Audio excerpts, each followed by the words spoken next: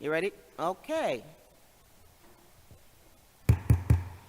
Good evening, everyone. Welcome again to our City of Hartford's budget hearing. I am going to turn this over to our Management and Budget Chairperson, Councilman Hernandez, who will introduce everyone and get the meeting started. Good evening, everyone. Welcome to tonight's department budget hearing. We will have a presentation today from the Hartford Fire Department and the Department of Emergency Service and Telecommunications. My name is Councilman Hernandez, and I'm the chair of the Operations Management, Budget, and Government Accountability Committee. This meeting is broadcasting live on HPA-TV Xfinity Government Channel 96 and Frontier Government Channel 6032. It will also be streamed via HPA-TV.org, HPA-TV Facebook page, HPA-TV Apple TV, Amazon TV, and Roku TV apps. It will also be made available on the HPA-TV YouTube channel. I'd like to acknowledge everyone here today. On the screen, we have Councilman Alex Thomas, to my left, Councilman Gale, to my right, Council President Shirley Surgeon, and in just about 2 minutes, we'll have Councilwoman Bilodeau will be joining us as well. Tonight's first presentation will be the Hartford Fire Department.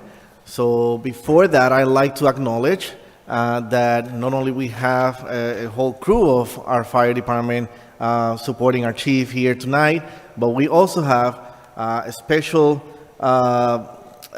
attending our cadets. So I want to really try to name every single one of you because you deserve to be named.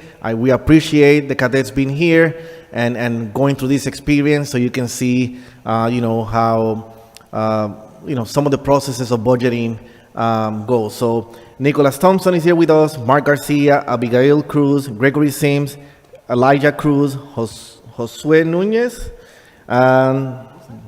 Sydney, did I say that? Mejia, Cioli Mejia? Who are we talking about? Cioli Mejia, there you go, the cadets. The cadets that are joining us right behind that last row. Can they stand so I can see them? Yeah, you guys can stand. See, I say your names and there you go, there are your faces. Oh, There you go, nice. so thank you for coming with us. All right. Thank you. So thank you, Captain Rivera, right? Yep, for bringing the cadets alongside yourself today. So now I'm going to open the floor for Chief Barco to introduce his leadership team with him tonight, and then the floor will be yours to start the presentation. Chief Barco. Good evening. Thank you, Council. Thank you for having me, Madam President and Councilman Hernandez, Councilman Gill. As you can see, to my left is Assistant Chief Riley, Chief of Support Divisions. To my right is Chief Riley. And to my left is Chief Tullier, Chief of Operations. And next to him is our Fire Marshal Chief Ewan Sharif. And behind us, we have our Chief of Training, Chief Erickson, our Superintendent of Equipment Maintenance Division, Superintendent Madden, our Superintendent of FAC Division is Superintendent Chris Henry. And then we have our two captains in training, Captain Cataldo and Captain Surplus. Oh, no Captain Surplus? And then we have our Chief of Staff, Chief Mario Quindle, I'm sure, who you all are very familiar with. And did I miss anyone? And our EAP Liaison Officer, Lieutenant Ray Morgan. Did they raise their hand? Because they were supposed to. Yeah, so we have a female here? Yes, ma'am. Lieutenant Oh. Captain Cataldo. Oh, Captain. And we were Captain Cataldo. And we were gonna bring our other two lieutenants of special services, but they had NRZ meetings and couldn't attend. So tonight I present the Hartford Fire Department budget. The Hartford Fire Department, as you know, is committed to preventing and minimizing the loss of property through incident stabilization, mitigation, and the delivery of professional, high-quality, efficient, and effective emergency fire rescue and emergency medical services, fire prevention, public education, technical rescue, and hazardous materials response as a regional partner for the protection of the residents, business, community, and visitors to the city and its region. The next slide is our organizational chart with the fire chief / emergency manager, and then you have the 2 assistant chiefs, the fire marshal, training division, you have special services, FAC division, and EMD. As you can see, they're all listed under support services, which is Chief Riley. All the way to the right, you have the assistant chief of operations, Chief Tulier, who's in charge of fire emergency services, and under him, you have the tour commander, 2 districts in the city, which is District 1 and District 2. And under those districts, starting with District 1, you have Station 1, Ladder 6, Engine 8, Station 9, Station 10, Station 15, Ladder 2. And under District 2, you have Station 2, Engine 2, Ladder 3, Station 5, Station 7, and Station 11, which is our newly renovated firehouse, Engine 11, Ladder 5, TAC 1, and Station 14 with Engine 14, Ladder 4, and to top off the list is Station 16, which is affectionately named our Kevin Bell Fire Station. Full-time employees, 375. We have 25 vacant positions. 4 of those are non-union positions. For IAF Local 760, that's 366 members. HMIA, which runs our finance division, such as payroll, we have 5 members. We have 9 admin, 41 support, and 320 in suppression. And those are the men and women that you see out on the streets actively doing the job every day.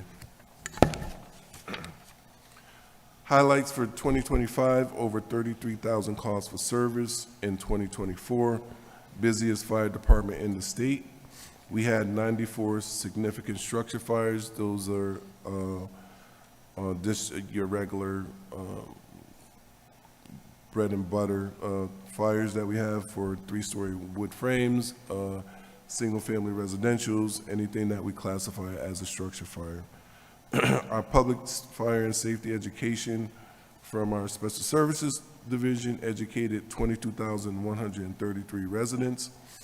They also acquired a next-gen fire safety trailer for those educational purposes, in which we received a grant or donation from Hartford for $100,000 to get that new public safety fire trailer built. They also identified high-risk neighborhoods. Every time there's a structure fire in a particular neighborhood, our special services division goes out and they do what's called blitzing, and they knock on every door in that neighborhood. They check for smoke detectors. They offer fire safety education information and things of that nature. CPR taught in the city was 163 employees and residents. They installed 485 smoke detectors and carbon monoxide alarms, and did about 40 relocations of individuals and families to include 450 people. Some of the strategic initiatives are, one is our employee engagement. We continue to engage our employees on decisions being made by the administration, such as when we went to our new records management system, we decided to send that out to the men and women who are going to be using that records management system and let them figure out what works well for HFD, what doesn't work, what we need, what improvements need to be made.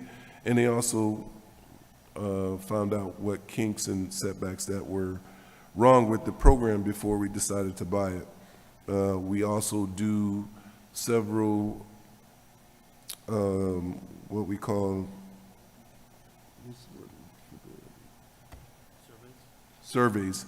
So we send surveys out to our membership in terms of wear tests for gear that we wear, such as our turnout gear, our PPE hoods. Maybe we might move to another vendor for gloves, and we also form a committee when we look to purchase new apparatuses. And those are all staffed by members from each rank in the department, from private up to a deputy. We continue to make repairs on our facilities. As you know, our average age of our facilities are about 78 to 80 years old. Continue to work on succession planning for those special divisions that require specific skill sets, such as the strategic planning manager or even FMO. Equipment upgrade, again, we have a health and safety and an R&D committee. When a member of the department feels that there is a new tool or technique that can be beneficial to the men and women of the Hartford Fire Department in doing their job, we send that tool or piece of equipment to the research and development team, and they generate a test period for that equipment, decide if it's the industry best practice and it's safe to use, and then we vote on it in the Health and Safety Committee. Our accountability, we're still working to make some improvements in terms of how individuals take time off or request time off, how payroll is being documented, received, and how time off is requested. We continue to identify high hazard buildings through radio field tests. Again, when members go out to calls for service, if they have issues with communications in certain buildings, we created what's called a HFD work group, where those individuals can send those concerns to that work group. And if it's a communication issue, our IT team usually get in contact with the tour commander, and they go out and do radio testing in those specific locations. The professional development, again, we generally set aside $20,000 a year for any member of the department wishing to enroll in professional development. All they have to do is submit the request, the application. They ask for us their time to be covered, and most times for the class, the cost of the class to be covered, and we provide that for individuals. So training in, quality assurance is one of those things that we look at all aspects of the department in terms of report writing and making sure that each box is filled and that the description of what the men and women did when they went out for a call for service is done correctly. Those reports are then pulled by our training division, a certain percentage of those, and they look at those reports and make sure that, in particular, as it pertains to an EMS call, that everything was done in accordance with our medical direction. The capital improvement plan, we're still working on getting our firehouses up to par. The city has been gracious enough to fund us in reaching that goal. So we do have a capital improvement plan where we go from the worst building and start to rehab or make fixes that it's going to improve the quality of life for our membership. We just had a meeting, was it this week? We just had a meeting with the peer team for international accreditation. They'll be coming out in May sometime to do a site visit of our city, and once we're approved on that, we'll be heading out to Florida to get reaccredited for another 5 years.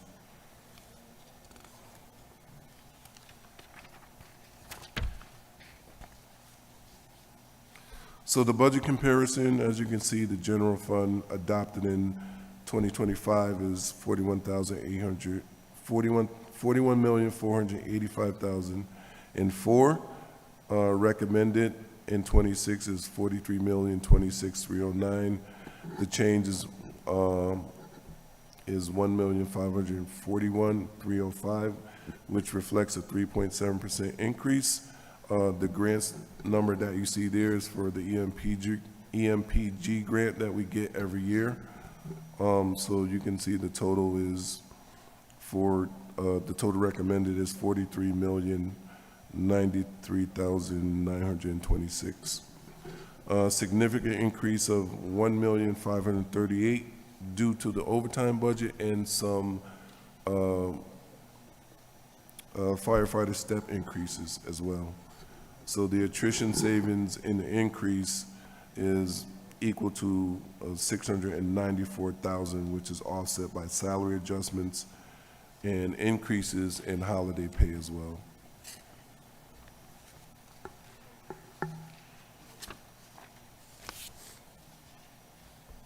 So some of the budget highlights, the growth increments for 41 newer members, they're reaching those steps where they're starting to receive their growth increments, increase in the cost of equipment and supplies. Again, when we repair our apparatuses and equipment, those parts and prices seem to go up every year, and due to the tariffs, I don't see those prices going down anytime soon. We did receive $108,000 for cancer screening, which attributed to the increase in the budget.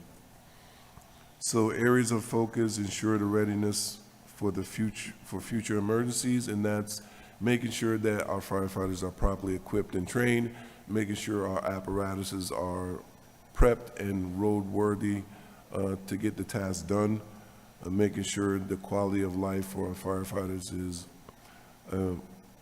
manageable and they have an outlet for them to express concerns as well. Our PPE management and distribution will continue as necessary. Right now, the turnout gear or the personal protective equipment has a 10-year lifespan, so we continue to swap those out in increments of 76 pairs of turnout equipment. We have minimum manning, so we do the best we can to manage the overtime budget as well. We continue to ensure that our ISO rating is in compliance, that we remain a Class 1 fire department, and we do that through consistently reviewing how we do our jobs and looking at our turnout times and cost of service to make sure that we stay in that Class 1 rating. Again, facility repair and renovation is an ongoing project, and we take care of some of those items as they come in when our firefighters present those issues to us.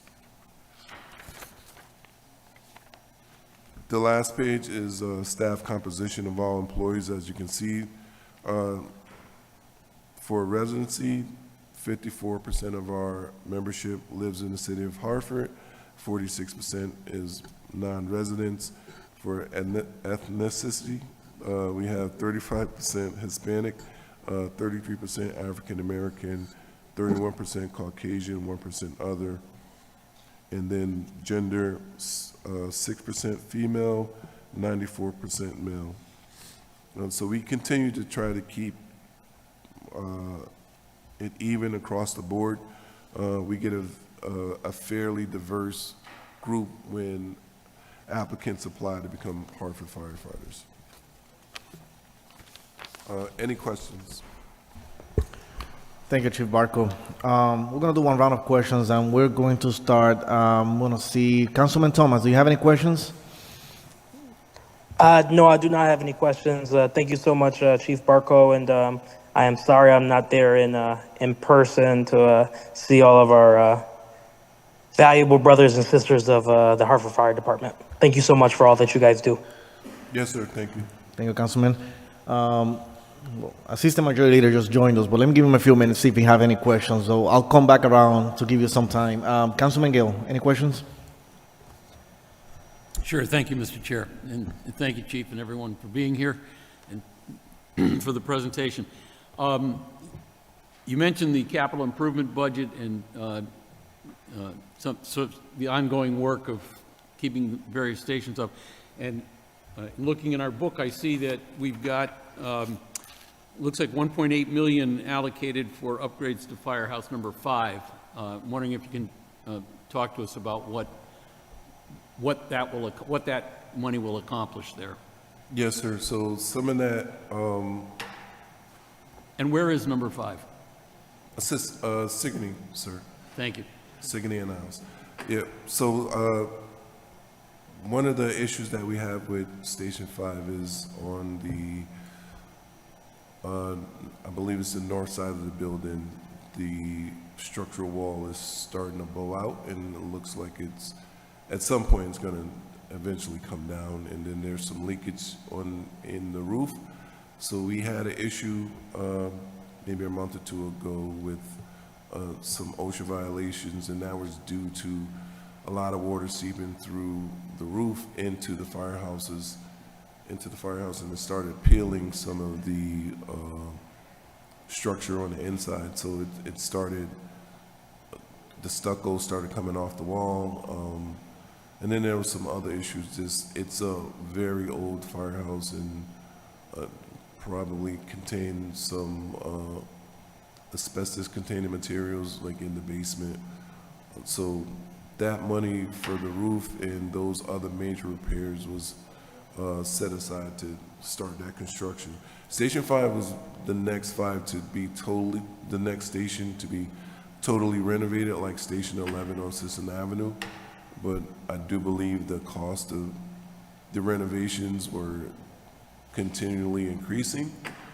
So what we decided to do is make those major repairs to keep the building running, and decided to build a new firehouse in the same location. So the long-term plan is to build a new firehouse in the same location ultimately, Not in the same location, but in the general vicinity. general vicinity? Yeah, that's, you gotta remember the firehouses are, been built in like the 1920s. They were originally built for like horse and carriage. So the way that they're making apparatuses now are, they're becoming heavier and larger, and there's a few things that we don't have at that firehouse. One is parking for the members. We're supposed to provide secure parking as well. Well, I also see that the CIP budget shows renovations to Firehouse Number 9 next year and the year after. Yes, sir. Of course, we never know if we're really going to have the money then, but tell me what would be involved in those renovations? So same thing with Engine 9. Engine 9 is a historical building, but some of the repointing in the front of the firehouse needs to be done, and it starts to get pretty expensive when they have a historical landmark on them. So there's only, you can't make too many changes. You have to restore it to its original form. So if you look at Engine 9, there's brickwork plus woodwork, and that you won't see on any structures anymore. And so some of that has to be redone to its original form. You look on the west side of the firehouse where the hose tower is, there's mortar missing from the hose tower. Some bricks are loose, so things of that nature. And then we did spend quite a bit of money, again, because of the water leak, in rehabbing the inside of the firehouse as well. So do I assume then that replacing Sigourney Street would come after the renovations to 9? Replacing Sigourney is still, it's probably a year or two out. 9s is fairly a major concern, especially after we put the work into it. But yeah, 9s, we'll be working on 9s after July 1. I can come back with one more question. Okay.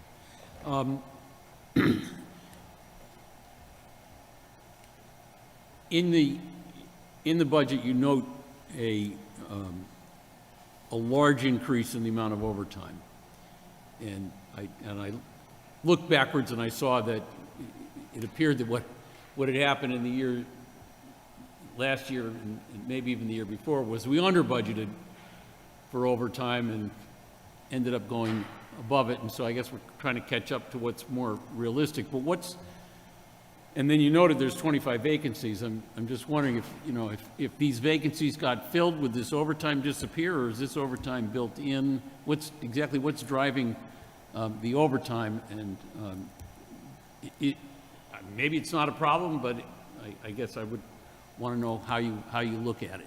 Yes, sir. So, the overtime, again, we have minimum manning, so we can't fall below 73. So anytime a person takes a sick day, vacation day, earned holiday, we have to fill that spot. And also, you know, we have about 143 people who are coming up on their max amount of time accrued, and so they elect to use their sick time. So the majority of them, probably like 25%, has reached the max, but the remainder of those individuals won't wait till they'll max out their sick time. They'll just use their sick day. Also, we have more veteran firefighters taking overtime than we do new firefighters under 10 years. And that, with that increase, that gets them to the 212 hours in a 30-day period quicker than they start earning halftime. So that contributes to driving the overtime up as well.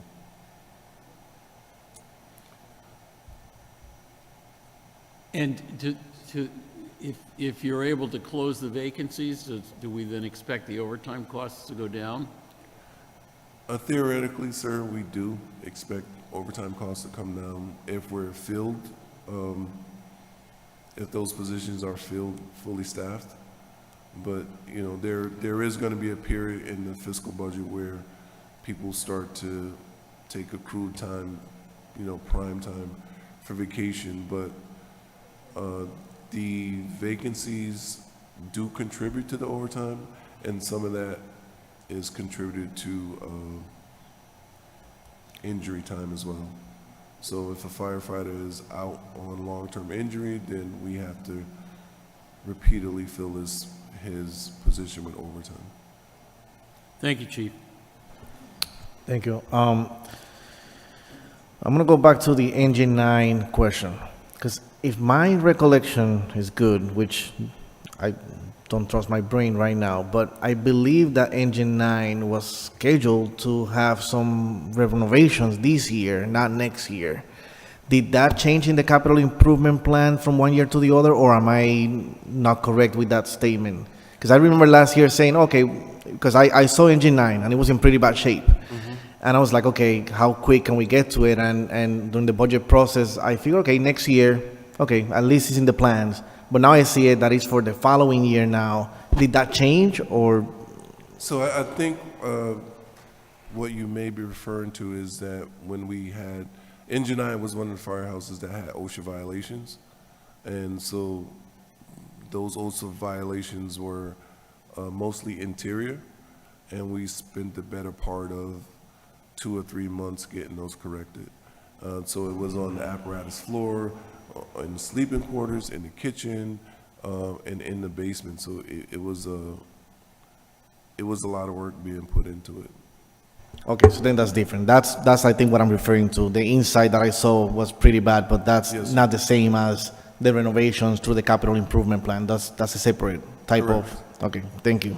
The other question is very simple. I did notice on the budget, not on your book, but on the detailed one, on the administration medical services, that one has a huge increase percentage-wise from last year, but also even based on the actual of spending through December. So I was just curious, what does medical services under administration means? Because the budget last year was for $40,000. In the first 6 months, there's only been $5,800 spent, so there hasn't been a lot of spending this year for medical services. But then the recommended budget now shows $148,000 for that medical services. Can you explain what medical services mean under the administration category?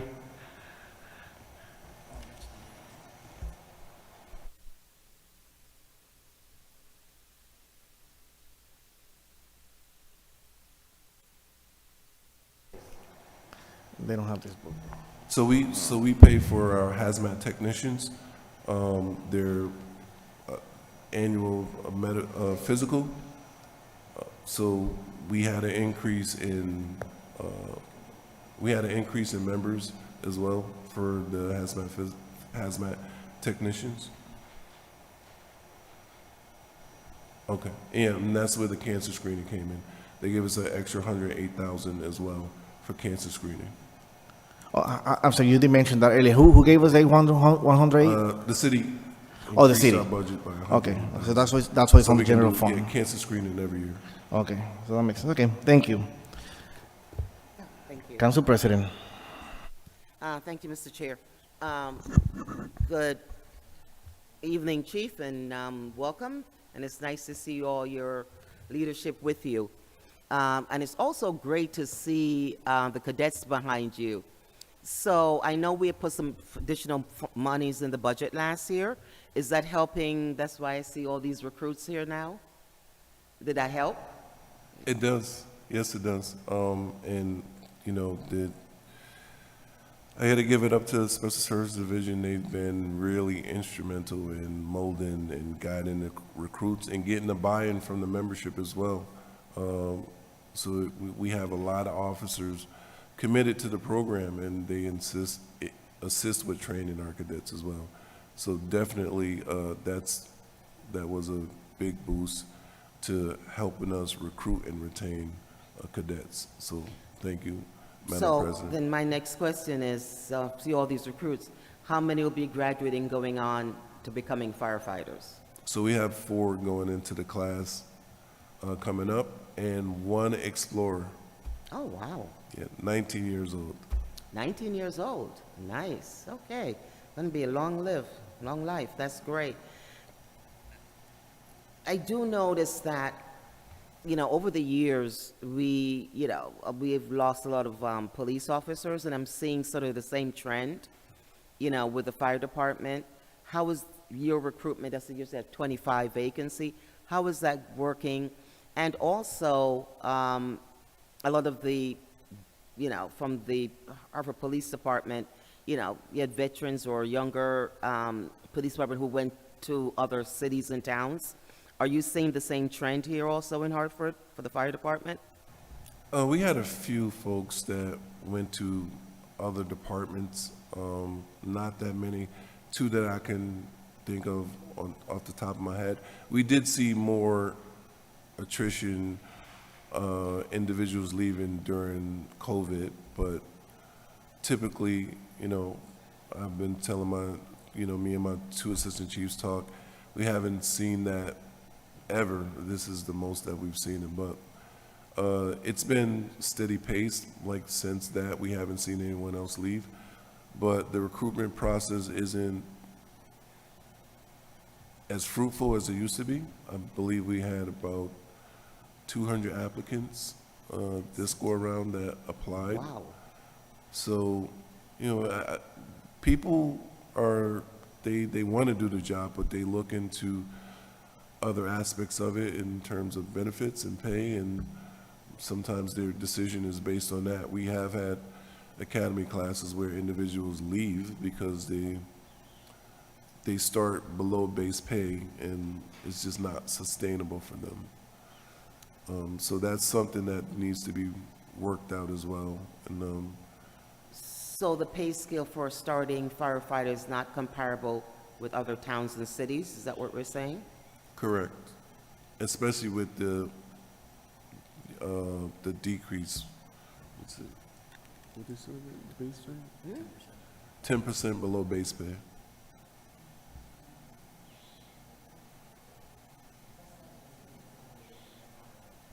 Sorry. I'm sorry, Chief. Will you repeat that again, please? Yeah, so especially if they're starting 10% below base pay, it's not the same as other municipalities.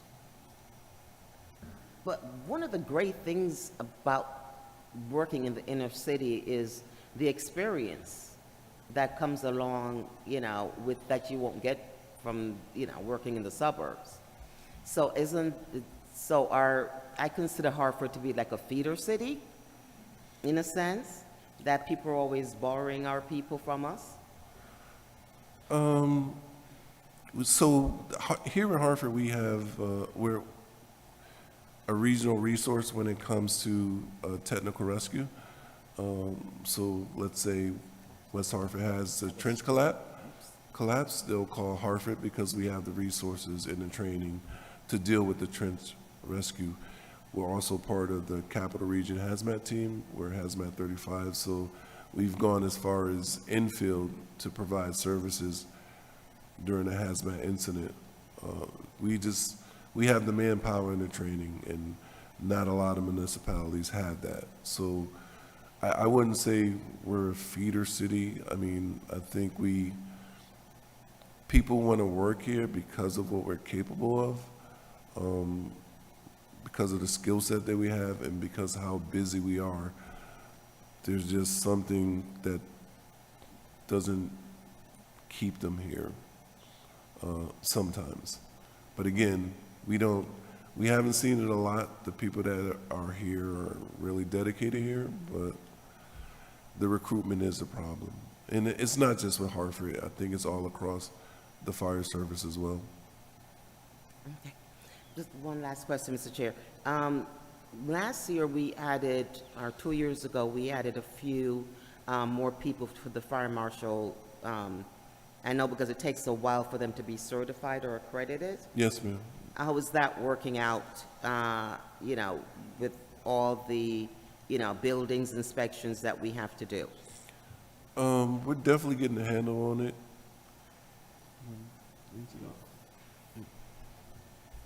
I'll let Chief Sharif answer. Good evening, ma'am. Good evening. Thank you for the added resources that you gifted us. With that added resources, we've made some changes throughout the division. So far, we've kind of broken it up a little bit. We've dedicated 3 people in my office specifically to do plan reviews. We found that that was kind of a liability. We were kind of lacking on that, so we've got 3 people dedicated to that. Then currently right now, because of 2 shortages, we've got 16 lieutenants in my office that are conducting the day-to-day inspections, investigations, and just to call for service, emergency response, but we have a pretty much good handle on that right now. We've broken it down, we've looked at the numbers. Right now, we're on pace with the 16 that we have assigned for inspections. We're looking at approximately about 12,000 we should be able to get done this year as far as inspectable properties or inspections conducted for compliance with the fire safety code and the life safety code. But we're making good progress. The guys are coming together.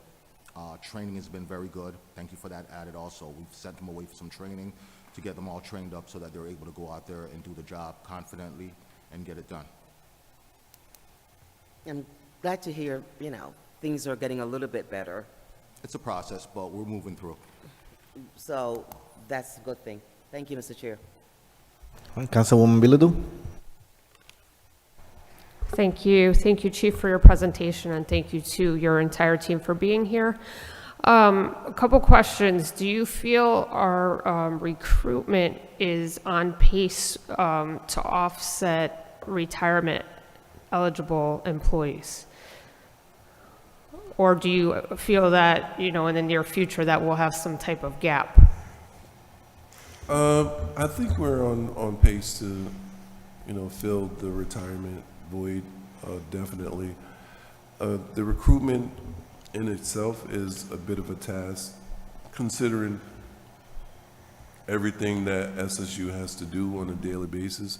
It's one of the reasons we put in for another lieutenant for that division in a business case every year. It's a lot of work for 3 people to do on a daily basis. But I don't foresee us running into a situation where, 2016, where you're going to have 200 guys eligible to retire and no one else to take the place. Good, thank you. And the second question is, we just talked about fire marshal inspections. I heard a number, but what is the percentage? Have we increased the percentage of inspections? We are, for the 2025 fiscal year, the numbers are up. Like you said, we went from 6 assigned to the office to right now, we basically tripled the office. We have 18 lieutenants assigned to my division right now. 6 to 18, that's a dramatic jump. They've all been certified. They're fully certified with, through the state of Connecticut. So they're ready to hit the road, and they've been out there, they're hitting it, they're doing the inspections, they're doing the re-inspections. It's simply about citing the violations and sticking with the abatement process to get those violations cleared. Also, we work in conjunction with the building department or with the housing department in regards to the residential licensing program. So that's been a big help to that side, and that also has helped us out on our side as far as identifying the properties that we need to get into and actively getting out there. The hardest part that we have is just basically a little bit of an educational component, and also is just tracking people down to schedule these inspections and actually get them to commit. A lot of times it's like, yo, give us a couple of weeks, we'll call you back, we do it next month, whatever. But we've been making a very big push or a concerted effort to identify the property owners, make contact, and to get these inspections scheduled. And So- just a question, sorry, in relation to that. What happens if you can't make that appointment for inspection? How long does that last before you go to a follow-up step? Well, we have so many. We go out. For example, right now, what I'm doing is compiling all the major property owners. We develop relationships over the year, but right now I'm working with Hartford Housing Authority, Mutual Housing, Nova, you name it. But there's several large groups that just between the last month or so, I've scheduled appointments, but I've been meeting with the property managers. And what we do is I get all the buildings that each particular property owner has. I come up with a list, comprehensive list. We look at it. Right now, what I'm trying to do with all those big companies, I pick a day, Monday through Friday, give me one day. And what I do is I sit down with them and I come up with an inspection schedule. This week, we're going to do 4 buildings on Wednesday. Next Wednesday, we'll come back and we'll just keep going down that list until all those buildings are completed. So basically, we've got a good database. It's starting to work. My 2 admins that are in the office, they're primarily responsible for making contact with the property managers, scheduling those inspections, and coordinating with my lieutenants to go out and get them done. Are you asking if we as HFD can't make the appointment, or? No, I've just, as you know, I work in another municipality, and I know sometimes it's difficult to make contact with the property owner. So I was just wondering if there's a next step if you can't get that appointment scheduled, in terms of ensuring that you get in and make sure they're in compliance. Well, the next step would be an administrative warrant. But like I said, out of the 14,000, developing those relationships and just basically day-to-day, just making contact. Right now, in my office, we're working on some door hangers, and I just talked to special services about that. But we're also going to use the help of the cadets and the explorers to actually, while they're going out canvassing the area, actually leaving public education information, but just leaving a contact number. A lot of times, we really can't put anything in the mailboxes, just try putting them in between the door or what have you. So we're trying to come up with some things that we can put out there or get out into the neighborhood when we canvass the areas.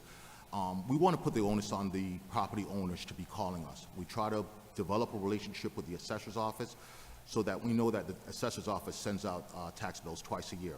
We'd like to get a flyer. We've talked to them about that, putting something into that mailing so that to let property owners know you are responsible for getting these things inspected, your property's inspected, 3 families and above, and just to basically get a good understanding. And like I said, it's also about education, just to get out into the NRZs, getting that information out there so that property owners take the responsibility to call us. We spend a copious amount of time chasing people down.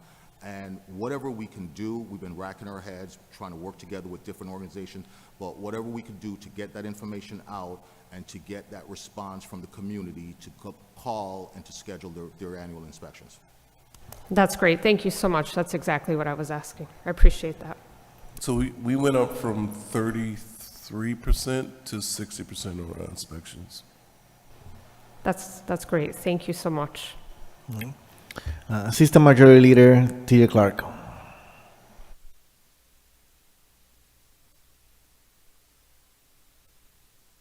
No.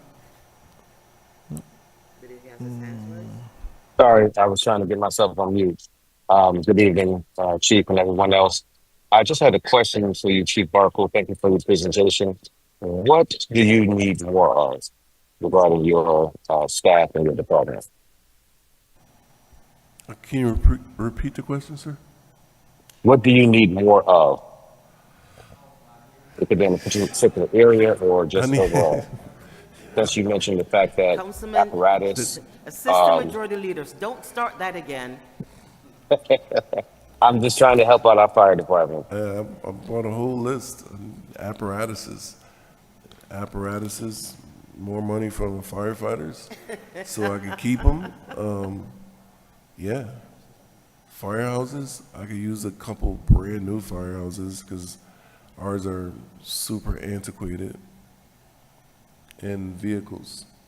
FMO has been doing a terrific job, and their vehicles are near end of life. So yeah, probably around 35 million. Get me started, like extra.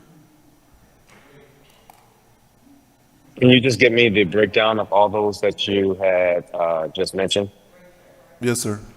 and send that to us? Thank you. Will do.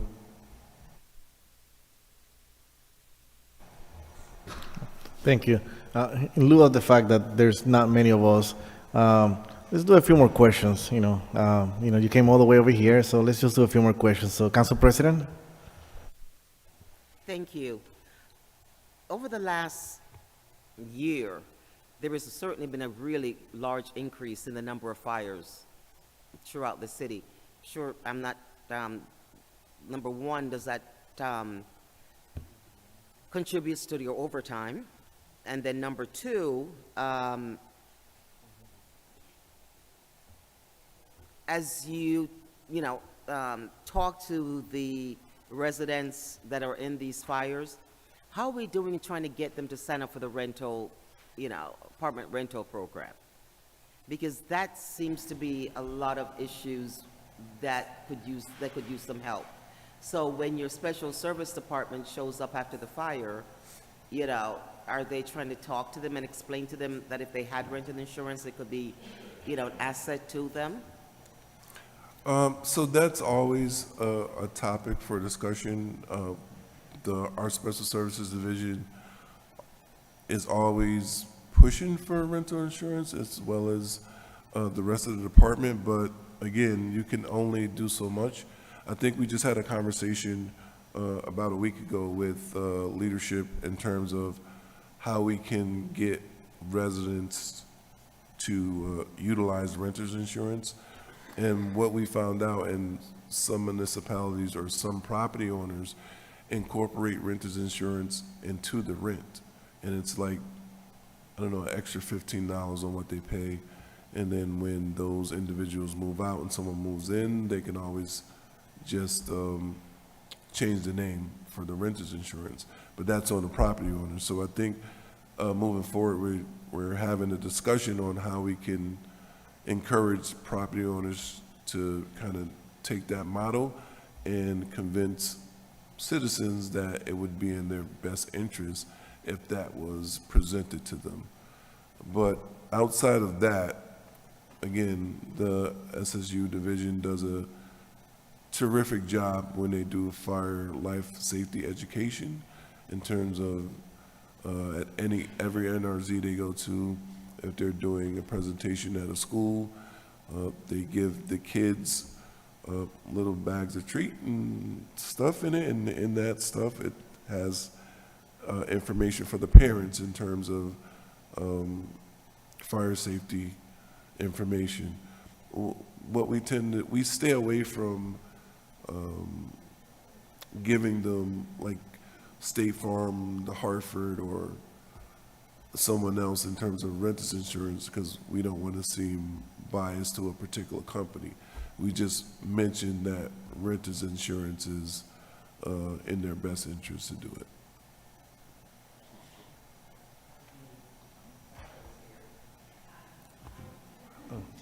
That's my second follow-up question. I'm good. Ma'am? Apologies for being late. Hi, Chief, thank you. So I apologize if this question was answered already. So within the city of Hartford, as we know, there are a lot of businesses, right? And they have fire alarms. Is this something that you guys have a list and go through each business to make sure that they're up to date with their fire alarm codes and their fire alarm company? In regards to the fire alarm systems or fire protection systems within the city, since 2017, the city has used a third-party company to warehouse all inspection reports. Right now, we use the compliance engine we use is called Brycer. Per statute, per ordinance, and per code, they're required to get their systems inspected either annually or quarterly, or if there's a need for service of the system. With that, they're required to upload those reports to the compliance engine. Those come straight to us. We have a portal that we work with the company with. So I'm able to go in there to review those reports, and that's basically how I direct my guys out to do inspections. They come in either deficient or compliant. So the ones that are deficient, serious deficiencies, I will steer my guys out to make sure that they do a drive-by to follow up, to make sure that the property owners have a plan of corrective action in regards to how they're going to repair those systems. Yes, we do have an active list as far as where they are, who has them. Not 100% of them, but we do fire alarm systems, standpipe systems, sprinkler systems, hood systems for your kitchens, and emergency lights, extinguishers, that type of stuff. But we do track them, and we do or make an effort to make sure that those systems are being serviced.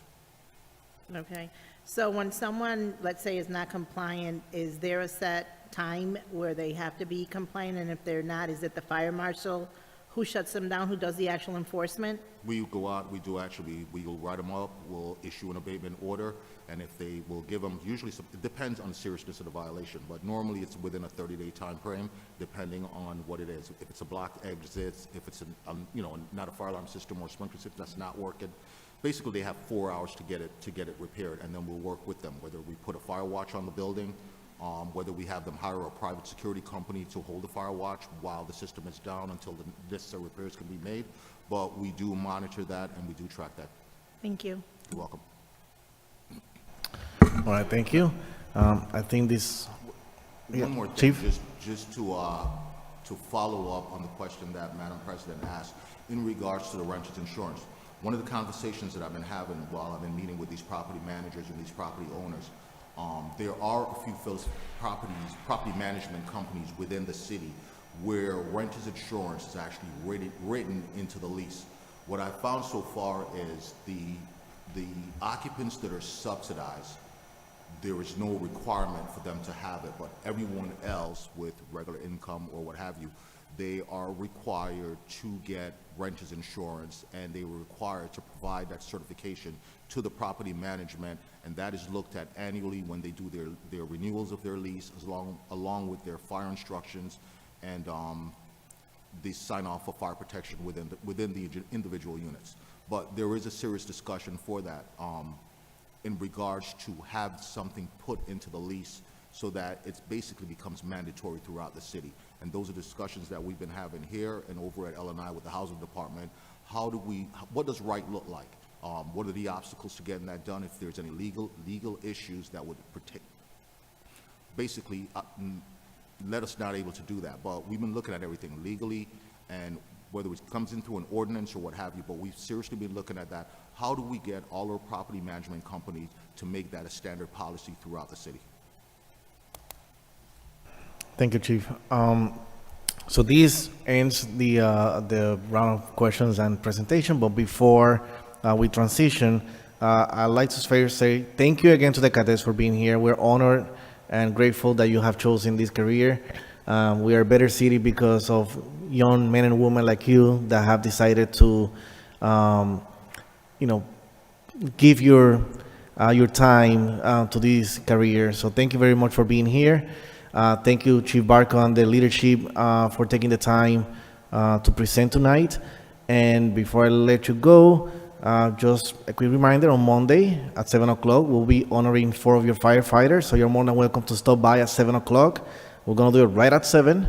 We're going to honor 4 of your firefighters. So you're more than welcome to stop by and say, just at least share that time with those firefighters we're going to be honoring on Monday. So thank you very much. We're going to take a 10-minute break as we transition to the next department. Thank you.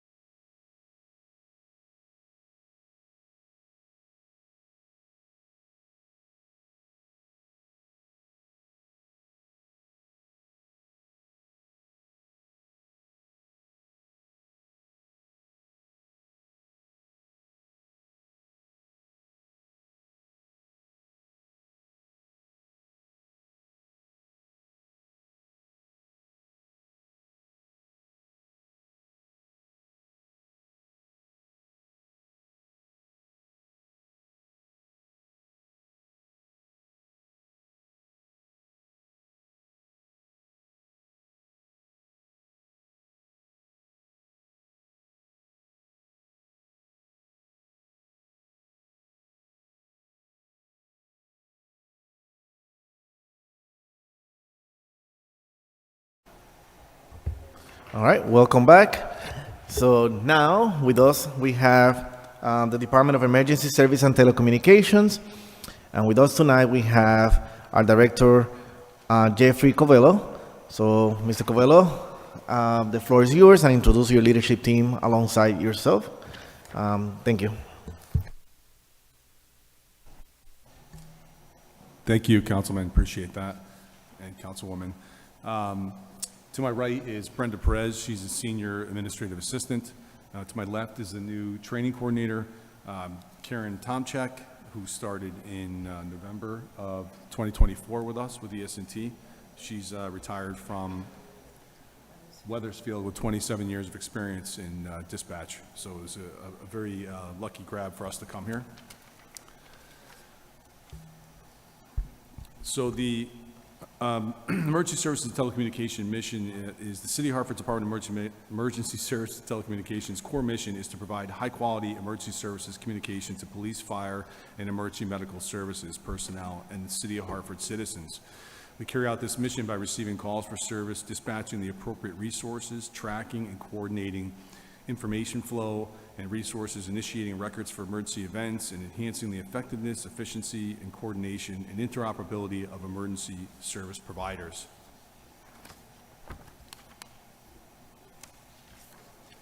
This next slide is our most recent organizational chart.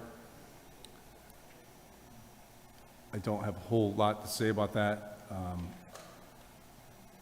because it's pretty straightforward because of the size of our agency, which is about a quarter of the fire department there, so that's kind of straightforward. We'll go to the next slide.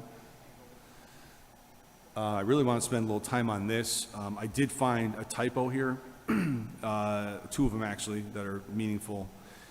For my staffing update, now this, during the last budget cycle, I made the mistake of not making it clear about how many dispatchers we have. This is not the entire staff of ES&T, this is strictly dispatch staff. So of the 45 available positions we have, there's 24 fully trained staff right now, which again is double since 2022 when I came here. We have 2 fully trained call takers. We have 3 trainees currently. We have 3 job offers out there right now to 3 incoming trainees, and we just did, Karen and some of the other staff just did a multitude of interviews, and we offered 16 more positions. So we are going to do well, that's a total of 16, I'm sorry. We're going to do a class of 16 new trainees starting next month on the 5th. So probably within, it could take 6 months would be the best case scenario that they would finish their training, but between 6 months and a year will be fully staffed when they're hired, but will be fully staffed and working the floor within the next 6 months to a year. Again, with a tentative start date of May 5th. Just some notable highlights. Last year, this is a quarterly report that the state of Connecticut puts out, and the current regulations for any dispatch center in Connecticut is that you are able to answer 90% of your calls within 10 seconds. And as you can see by this chart here, we fell woefully short of that last year. We were at 74% of our calls. Now, I will tell you that the national standard is 15 seconds, and when we run the numbers up to 15 seconds, it improves dramatically, but the current regulation in Connecticut is 10 seconds, and that is the number that you see. 74% of the time, we're able to answer the call within that 10 seconds, which is about 3 rings. Next slide. But what I think is really great to report to you, though, is that in this quarter, we're at 86%. So, and it's gone up quite dramatically, and that's still using the 10-second rule, but because of the staffing increased so dramatically, and also last year, you may recall, we talked about instituting the automated attendant, which takes non-emergency calls at the center, and basically non-emergency calls we found using the software program that monitors the phone systems there. We took the most highest transferred calls that were routine and we automated them so that a dispatcher would not have to handle those routine calls. They could spend the majority of their time on 911 calls. And so that seems to have also benefited us greatly.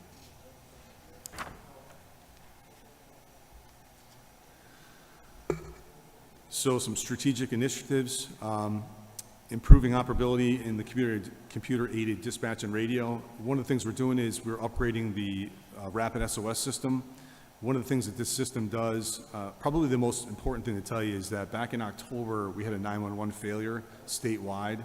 And because not all centers use it, but we use this software currently in the rapid SOS software, we were able to get calls through the software program that runs outside of the 911 system. So if you called in on 911 and we didn't pick it up through the typical methodology that we do, we were still able to see the call on rapid SOS. And what we would do was we would call those citizens of Hartford back and ask them, you called 911, what do you need? Because nobody would have answered the phone because it wasn't possible.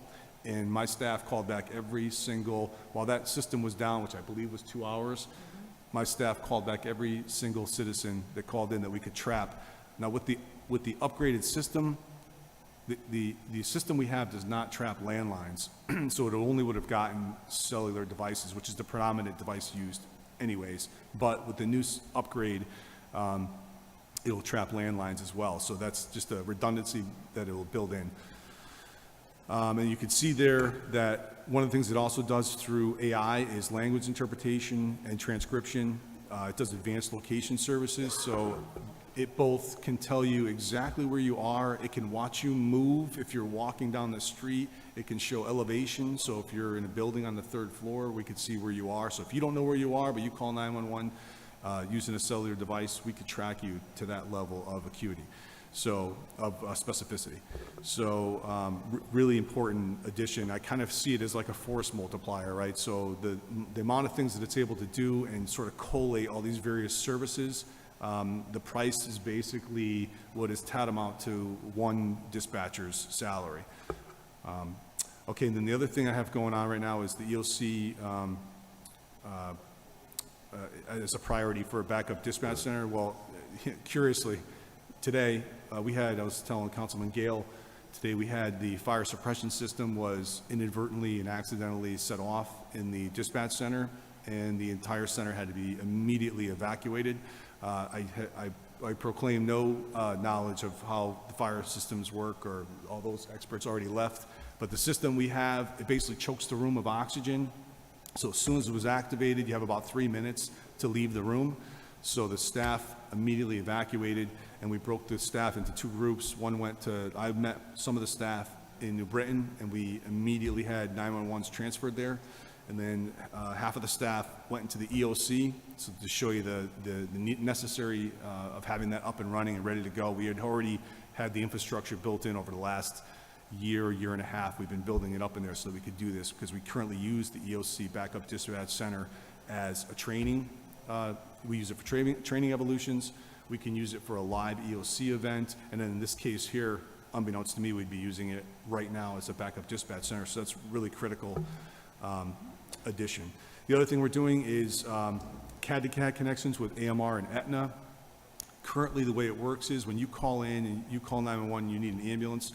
As we intake that information and program it into the computer, someone has to actually call one of those 2 entities, depending on what the CAD tells you is needed for service, and they have to be dispatched by phone. What this will do is, once we have this up and running so that they're talking to each other, it will almost be as if they're in our center, whereas we will take the call, put it into the system, send it to them, they'll acknowledge that they received it, and then they'll come on the air and actually tell us we're en route to 123 Main Street or wherever they're headed. So that's a much needed improvement. The new radio system is still on track to be cut over later in the summer. Okay, so another thing is decreasing the call answering and processing times. Well, we've done that. I could show you the data there. That's from increased staffing. That's from increased, the morale, I think, has improved greatly in there. I know we've talked about this before. Some people like to work overtime, some people don't, but nobody wants to work it when they have plans and they have families and they want to leave at a certain time. So the fact that we have increased the staffing has increased the morale, pay has gone up. There's a few different things that account for that. The automated attendant has also helped, as I pointed out. I think that's taken a lot of calls that were unnecessarily just circling around in the dispatch center, when if you're calling, if you know who you're calling at a very specific place in the police department or fire department, you can get right there without even talking to anybody. So that was important. In reducing the number of false alarms received in the emergency communications center, we've reached out to corporate counsel to talk about, we have a couple, it's not many, but we do have a couple of repeat offenders that are both are indebted to us for alarm fines, and they don't fix their alarms. And so we get repeat calls, and the amount of time that ties up services for both us and for typically fire to go out to these calls is incalculable.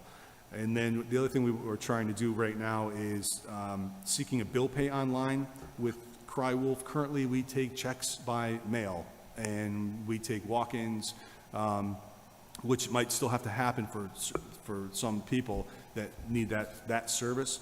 But generally, you should be able to go online and with a credit card, sign up for because you currently can sign up online, but you can't pay online. You should be able to pay online. You should pay your fees online, your fines online, whatever the case may be. We're trying to take care of that directly. And then improve critical system resiliency. We just had I just purchased 4 satellite phones, so in the event of when the 911 system went down, I mean, the cellular system was also affected. Depending on what cellular system you had, some calls could come through and some couldn't. It escapes me now which ones were which, but we because I can't recall, different vendors are in the room. So we might have Verizon, we might have Sprint, we might have T-Mobile, from different people using personal phones or department phones. Some worked, some didn't. So we now have satellite phones. So we absolutely, if we have to set up the EOC, we'll have communications between all of the major stakeholders in the city. And then one of the things that's in process, it wasn't available today. Fortunately, I do have the CAD on my personal, not my personal, the department laptop, but I just purchased 4 tough books, so that the ultimate goal here is that as we speak and have this meeting right now, the dispatch center is vacant right now. There is nobody in the dispatch center. It is being remediated from the fire suppression system. The entire team is in the EOC using the backup center, and they're using from the state of Connecticut has given us 4 laptops that are portable, so that we can take 911 calls anywhere. We're currently using those laptops to take 911s in the EOC, and my vision is that what we would be able to do in the future is if something like this happens again, we will have enough infrastructure built in that we could run the 911 center in council chambers. We could run it in the library. We could go wherever we had to go, as long as we have an internet connection and power. So that's the goal of that strategy. Next slide.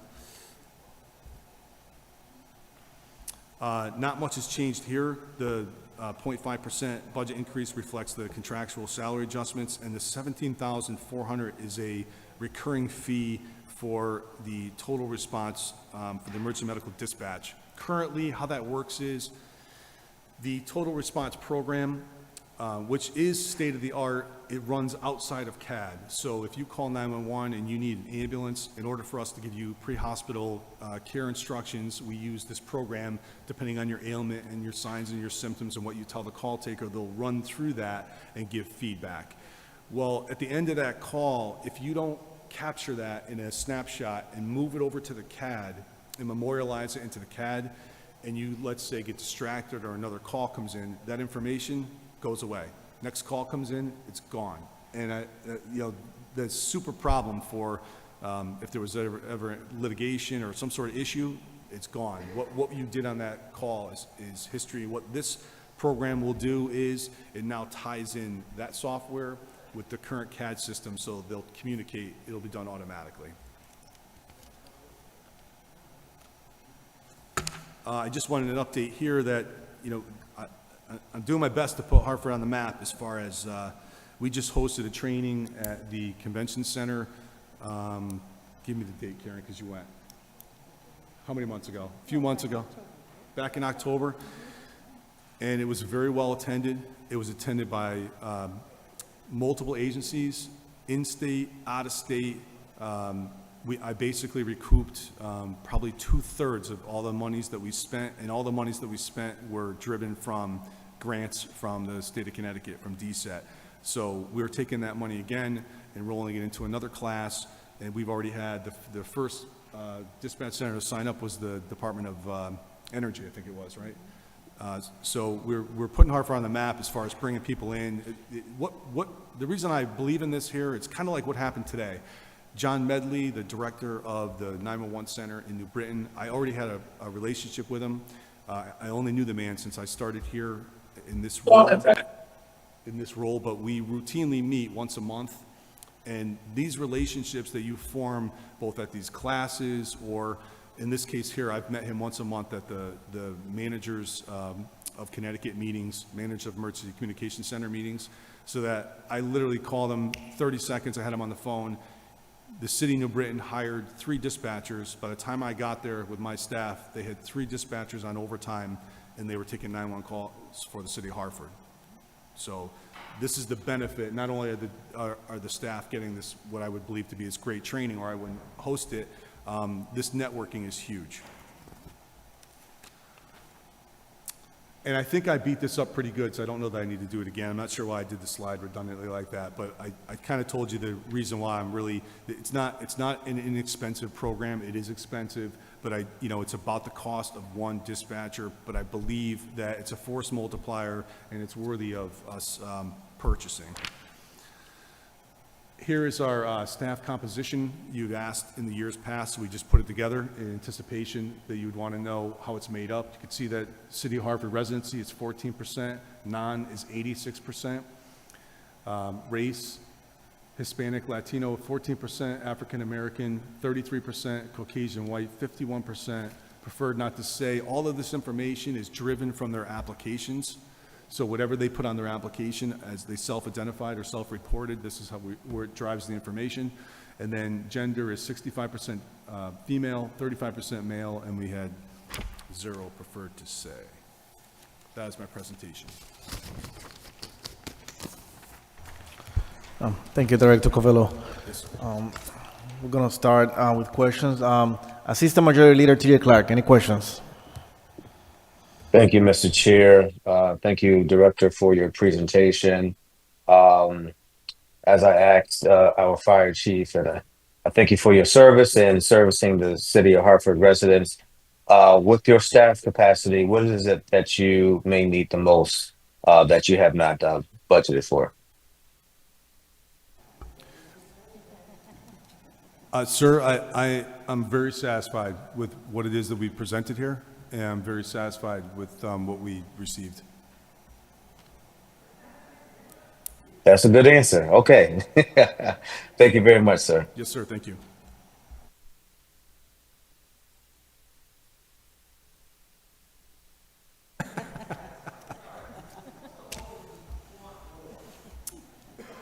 Then using Chief Barco's number, if you throw some ridiculous number at me, we'll do good things with it. But I'm very happy with where we're at in this budget. I brought 2 checks. All right. I was waiting. I know you're a very humble guy, but I appreciate that. Thank you. Duly noted. All right. Councilman Thomas. Thank you, Mr. Chair. I just wanted to say a great presentation, and I will follow up with 1 or 2 questions offline. Thank you so much. Thank you. Thank you, sir. Councilwoman Rosado. I don't know why I always say chief. Thank you for your presentation. And you know what? Let that be a precedent. I love to hear what you just said about you're satisfied with the budget that you were giving. Thank you for that. Just going back, and maybe I missed it, but explain to me, when you have a high volume of people that only speak Spanish and all of your operators are on, what happens then? So currently we have 2 systems. We have a system called Voyance and we have a language line system. So what would happen is that as the caller comes in and identifies what language that they are speaking, we get that call into a queue with a translator, and then it begins, and then the 3 persons speak. The translator answers the dispatcher will ask the requisite questions that they would ask anyone, and then the translator translates it and back to the dispatcher.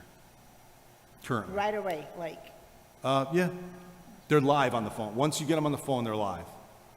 amazing. Okay. And I'll ask the same question that I did last year. So how many calls would you say, if you know, and you can always email me, that 911 was so busy where calls got bumped, they weren't answered? What was the time around of those people getting a call back? Yeah, I wouldn't have that in front of me. I could tell you that there's a record, there's two records here.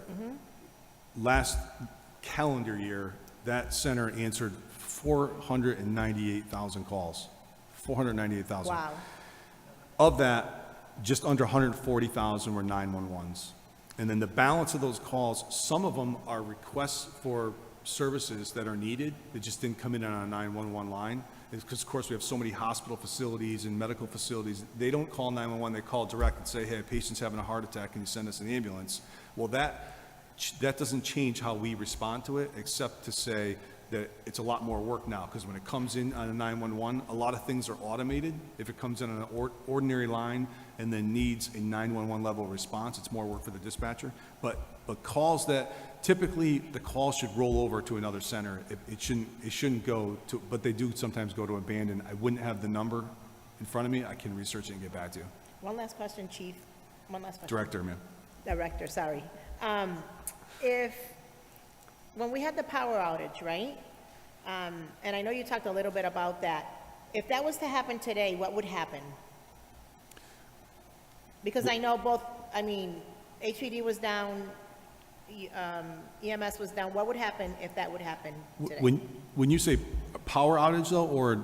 Yeah, the power outage, right, where people were calling 911 and they couldn't get through. Oh, okay. So it wasn't a outage. power outage, though. It was a infrastructure outage of 911. And so currently, the state is working on a plan, and we're part of it. Well, every dispatch center is part of it, where we would go to a 10-digit number. And we have one already set up, ready to go. Thanks to MHIS, it's ready to go. So today, we would immediately go up on the web and notify the citizens that this is the number you call, the 10-digit number, in lieu of 911, if it crashes again.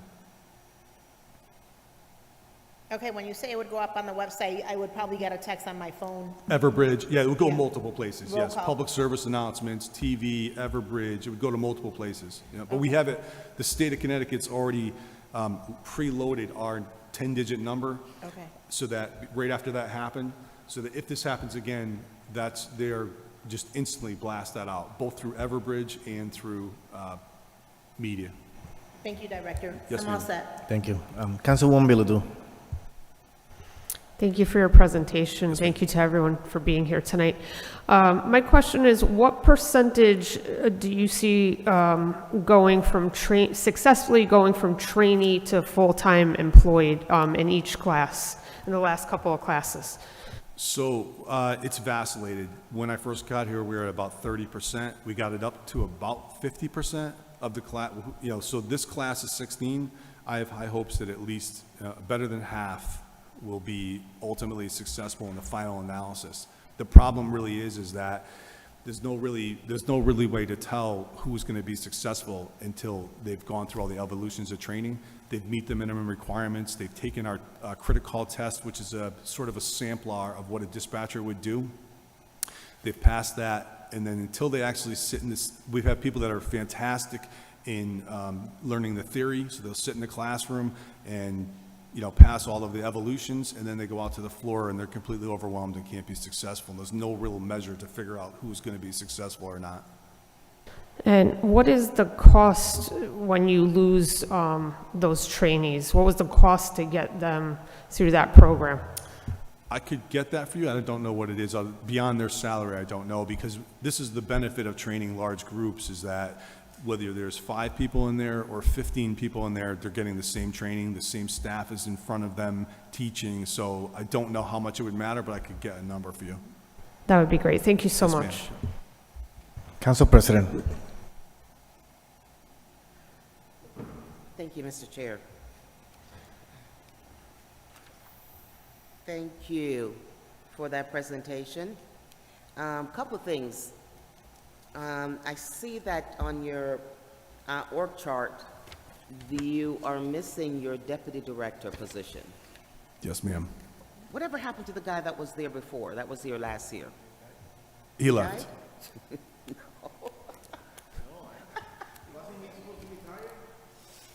No. He came over with you when you guys came from the State Department of, troopers. Yes, ma'am. Did he leave with us? He moved on, yes, he left. Oh, okay. So you don't currently have I do not. Okay. We're looking. And so how long has he been gone? He left, I want to say September of 2024. Okay. So is the position posted? It is not yet posted, no, because the position has to be sent through HR to be updated. Oh, so he wasn't deputy director at the time? Was he in? No, he he of a was, training? but he wasn't posted. It was a appointed position. It wasn't posted. Okay, so this will also continue to be appointed? It is appointed, but I have had no luck in finding a suitable replacement. So, in fact, I just talked to the CAO about it, about posting it. Okay. Let me change to your mix of ethnicity. How many of your members, your staff, who are non-white, non-Caucasian, are managers? Okay. So for managers, there's 3 females and 3 males, 3 white males, 1 white female, 1 Hispanic female, and 1 black female. So 3 females, 3 males. Correct. That's part of your, That would be the IT manager, the project manager, the training coordinator, and the quality assurance person. And Brenda, the senior admin assistant, who has that title but many different roles. because I'm following up with Councilman Biloudu's question regarding retaining of, number of people that you hire in the different classes, and they're not, the percentage, of what was the percentage? You're only retaining 30%? I think you're only retaining 30%? It was 30 when I got here. It went up to, it was hovering around 50% of the trainees that went through the program would be successful. That's right about where we're at, because we have not run a big class in a while. Yeah, because I remember when you first got here, that was the issue we're having, is not enough people to work. But if we are not retaining the trainees, the longevity of them, it seems to be an issue. Well, they leave for different reasons. I thought your question was who's successful in training, but those who are successful and complete the training, we do have a lot of people that, to your point earlier with the fire department, about it as being a feeder group, we do have people that go to other centers that pay more, that there's less call volume, so the people leave for different reasons. So, I mean, I hear the number of call volume we're having, and because the number of your staffing is 65% female, I remember when you first got here, when we first met, those were the issue of, work to family, morale. Has that improved? Has it gotten any better? Because those are one of the issues we had a year or so ago, 2 years ago. I would say that it has greatly improved. I mean, that's my opinion, observing the staff at work, and the holds have gone down exponentially since we've hired more staff and got more staff trained. So I would tell you that my feeling is, there was a lot of disciplinary issues when I got there. We do not have those now. There was a lot of different things that were going on that could speak to that, to the poor morale. I don't see it currently. Okay, thank you. I'll wait, since I only have 2 questions around. Oh, wait, maybe I get a second round?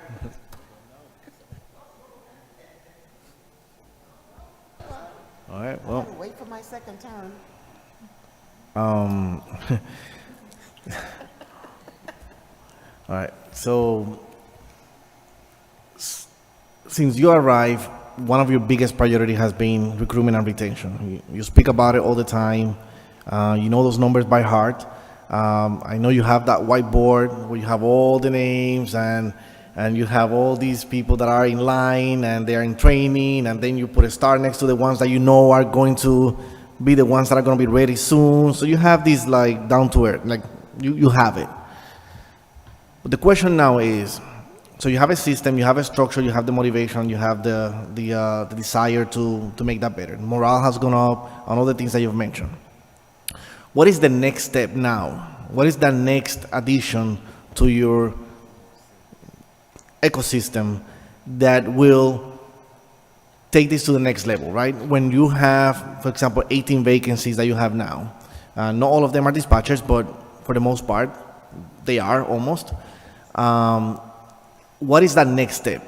You briefly mentioned that some leave because they get paid better at other places, right? And then there are other potential reasons why some others may leave, right? Overtime or having to work, more hours than they like to. What is that next step that could take you to that next level? So I would say that my experience in managing or leading people is that everybody's motivated by something different. Some people are motivated by money. Some people are motivated by PTO time. Some people are motivated by getting awards. Some people are motivated by going to training. So each one of those things I try to address, kind of like these trainings that I'm bringing into the city. I'm also sending tons of staff out of the city to training. We just started our own peer team. Our peer support team used to be, which I'm greatly appreciative of, the Hartford Police Department, but that's not their peers. So we've started our own peer team, and we still lean on HPD. We lean on HFD because they have a great program with EAP and their internal people that do the peers program. But I'm trying to address each one of those things that I believe gives the dispatch center and the dispatchers their own identity, right? And even just getting them out in the community, you'll see that, we are out at more functions, more community functions. If someone brings it to my attention, I'll find, 2, 3, 4 volunteers like this to go out to the schools. They're going out to all the various venues. They're at the Yard Goats. I think it was a job fair. That's what motivates them. That's what motivates all of them universally, is that they have their own identity. So I think that's what we're doing. Thank you. And my last question is, you mentioned that, especially after the events today, that your vision now for the future is to be able to instead of having to go to the EOC or even to New Britain or whatever other, backup places, are in line, you prefer to just be able to come here or any other place with the system and be able to do it from anywhere. What will it take for you to have that redundancy system in place in the future? So it's there piecemeal right now because we're doing it. Like, we are literally the EOC was not prepared today, entirely to run standalone. But once we got all the moving parts together, including the state of Connecticut giving us the specialized laptops that we do not own, that are on loan to us to take 911 calls, that puts it all together. Once I have the ability to, which we will in the future, have the ability to take 911 calls anywhere, we have the ability to access our CAD anywhere, and then we're in a 21st century radio system that's going to be state of the art right around the corner. I would say, I wouldn't be surprised if by the end of this year we will be in a position where if something like this happened again, we could go mobile instantly. That's my guess. Thank you. Councilman Gale. Thank you, Mr. Chair. And thank you, Director. Just kind of following up on some of the questions that have been asked about staffing, I'm just wondering what what is the background of the average trainee? Approximate age? What age are people coming to us? What education background do they typically have? maybe there's not a profile, but what can you say sort of generally speaking?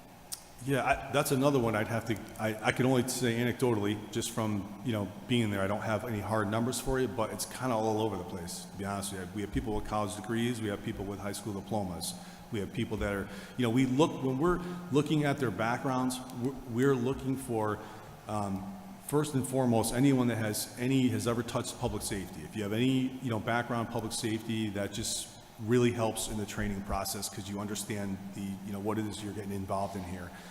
And then beyond that, customer service. Do you have a customer service background where you're, dealing with people who are irate or who are in crisis or whatnot? So we look for different things in their background. And I couldn't, like I said, I couldn't give you a hard number on that, although we probably could research it. It's kind of all over the place. How about age-wise? I would say the same.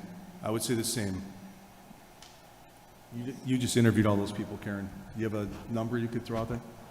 I don't have an exact number, but it does vary. We do have some in their 20s, 30s, and some that are even older. So, it varies.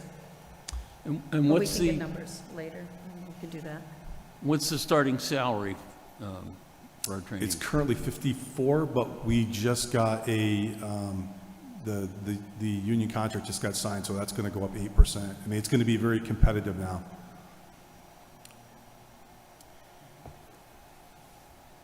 Thank you for that. I see that you have a fair amount of grant as part of the revenue stream, and I also see from, at least my book says that these grants are all state grants. Do we feel we're somewhat insulated then from, I'll call it the grant chaos that might be going on at the federal level?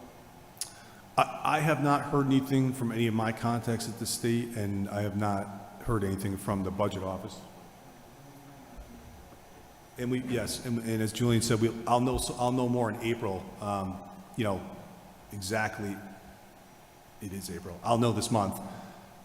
I'll get that stipend from the state soon. I don't know what it is because it's changing all the time.